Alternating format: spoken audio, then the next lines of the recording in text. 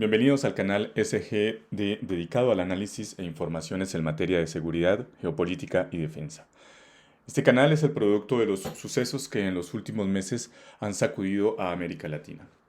Amamos los debates con fundamentos y nuestro reto es poder aportar información debidamente documentada. En este canal también compartiremos nuestros análisis en base al rigor y al criterio con el que queremos trabajar. En este primer video hablaremos sobre la muerte de Santrich, el cínico guerrillero prófugo. Luego de casi 2 años después de haber ejecutado su plan de fuga de las autoridades colombianas y americanas que lo tenían en la mira por narcotráfico, el guerrillero Jesús Santrich habría muerto en combate en Venezuela, en el estado de Zulia para ser más exactos, y no en el estado de Apure, que es hoy en día un teatro de fuertes enfrentamientos entre las dos disidencias de las FARC. La facción de las FARC Márquez y Santrich y la facción de las FARC de Gentil Duarte se enfrentan en territorio venezolano. Los enfrentamientos no se limitan a estas dos facciones, sino que también oponen las Fuerzas Armadas de Venezuela a la facción de Gentil Duarte, quien les ha asestado duros reveses militares. Durante el proceso de paz entre las FARC y el gobierno del expresidente Santos, Santrich, antiguo miembro del Estado Mayor Central de esta guerrilla, fungió como uno de los negociadores e incluso adquirió tal importancia que fue seleccionado como uno de los guerrilleros que tendrían representación directa en el Congreso de la República. El disidente tenía 4 requerimientos judiciales por los delitos de homicidio, lesiones, daño en bien ajeno, terrorismo, rebelión y secuestro. A este pliego se le sumaba una circular roja de Interpol y una solicitud de extradición a Estados Unidos por narcotráfico. Algunos analistas se empeñan en decir que Santrich traicionó el proceso de paz, que traicionó a las FARC y que traicionó a los colombianos con su decisión de darse a la fuga. Esta opinión es, por ejemplo, compartida por el expresidente Santos o por el exsecretario de Transparencia de la Presidencia, quien hizo unas declaraciones al portal NTN24 en este sentido. Nosotros opinamos diferente y creemos firmemente que este comportamiento encaja perfectamente en el plan que previamente había conjurado Santrich, Márquez, el Paisa y muchos otros disidentes, entre comillas. La burla ya se había fraguado aquel día en que cínicamente respondió quizás, quizás, quizás a una pregunta que le interpelaba si las FARC estaban listas a pedir perdón a la sociedad colombiana por las atrocidades cometidas. A modo de anécdota, recordaremos que este hecho tuvo lugar en octubre del 2012 en Oslo, Noruega, donde se estaban apenas instalando las conversaciones de paz.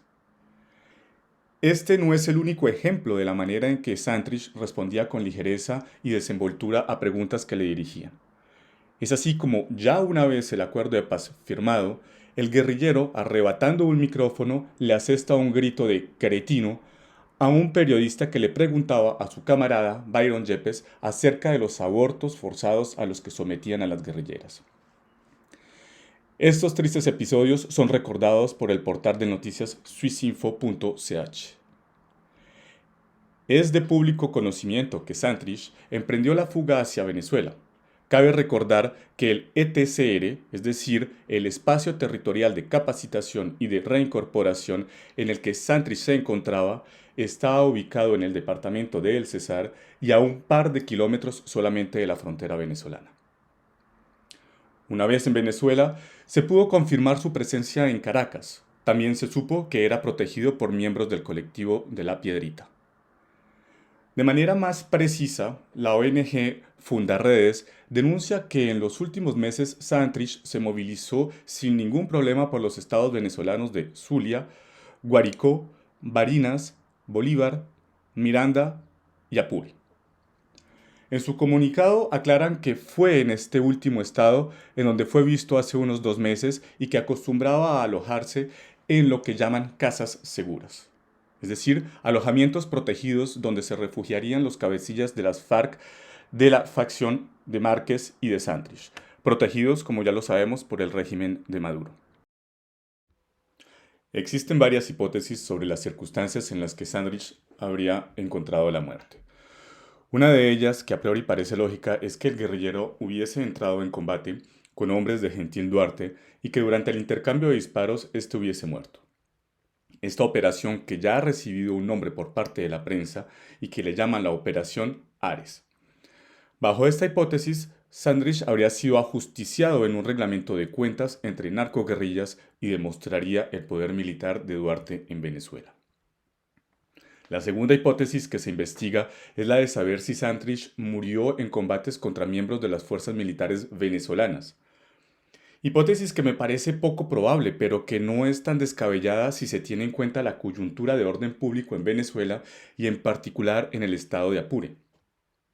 Según el director de Fundarredes, el señor Javier Tarazona, las FARC de Gentil Duarte habrían pedido la cabeza de Sandrich a cambio de la liberación de los 8 soldados venezolanos que esta facción mantiene secuestrados. En este caso, no se podría hablar de baja en combates, sino de muerte por traición, en la medida que se sabe que el régimen de Maduro protege y acoge a los miembros de las FARC, de la facción de Márquez y de Sandrich. Se rumora igualmente que la cabeza de Sandrich habría sido pedida directamente por el gobierno de los Estados Unidos como parte de las negociaciones que se adelantan entre el régimen de Maduro y el gobierno norteamericano. La tercera hipótesis que ha circulado sugiere que el prófugo habría sido dado de baja por miembros de un comando de las Fuerzas Especiales Colombianas. Esta hipótesis es reforzada por el comunicado emitido por las FARC, la sección de Márquez, en el que afirman que el guerrillero fue dado de baja por un comando de fuerzas especiales colombiano. En ese comunicado se dan detalles y algunos detalles muy precisos sobre el enfrentamiento y la manera en que se llevaron a cabo las operaciones. Es así como, por ejemplo, las FARC de Márquez afirman que la operación se llevó a cabo el 17 de mayo pasado en la serranía del Perijá, pero del lado venezolano. El auto en el que se movilizaba el guerrillero habría sido alcanzado por fuego de fusiles y de granadas. Una vez muerto, se habría procedido a amputarle el dedo meñique de la mano izquierda. Finalmente, el comunicado afirma que los comandos habrían sido extraídos de territorio venezolano en un helicóptero civil de color amarillo. Entonces, podemos preguntarnos, ¿se trataría de un golpe maestro del recién creado CONAT, Comando contra el Narcotráfico y Amenazas Transnacionales? ¿O podría ser una operación del SECOES, Comando Conjunto de Operaciones Especiales? Son preguntas que por lo pronto quedan abiertas. El silencio sepulcral que guarda el régimen de Maduro frente a este hecho contrasta con el flujo de informaciones que provienen de Colombia. Para algunos, esto podría significar que el gobierno de Colombia sabe más de lo que quiere decir.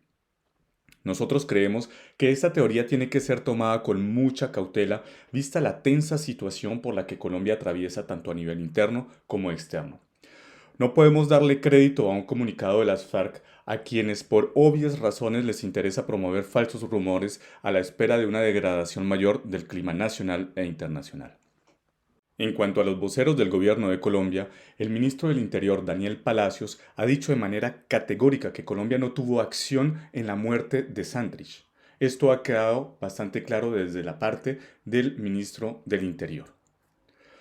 Una de las hipótesis adicionales que se han elaborado es que fue abatido por un grupo de mercenarios que buscarían la recompensa de 3.000 millones de pesos que Colombia ofrecía y la recompensa de 10 millones de dólares que el gobierno de los Estados Unidos ofrecía por su cabeza. Si bien hay que reconocer que el valor que se le había dado al guerrillero es bastante alto, una operación privada de esta envergadura necesita demasiada dotación en material de guerra, medios de comunicación, personal entrenado en operaciones especiales y conocedor del terreno, entre otras.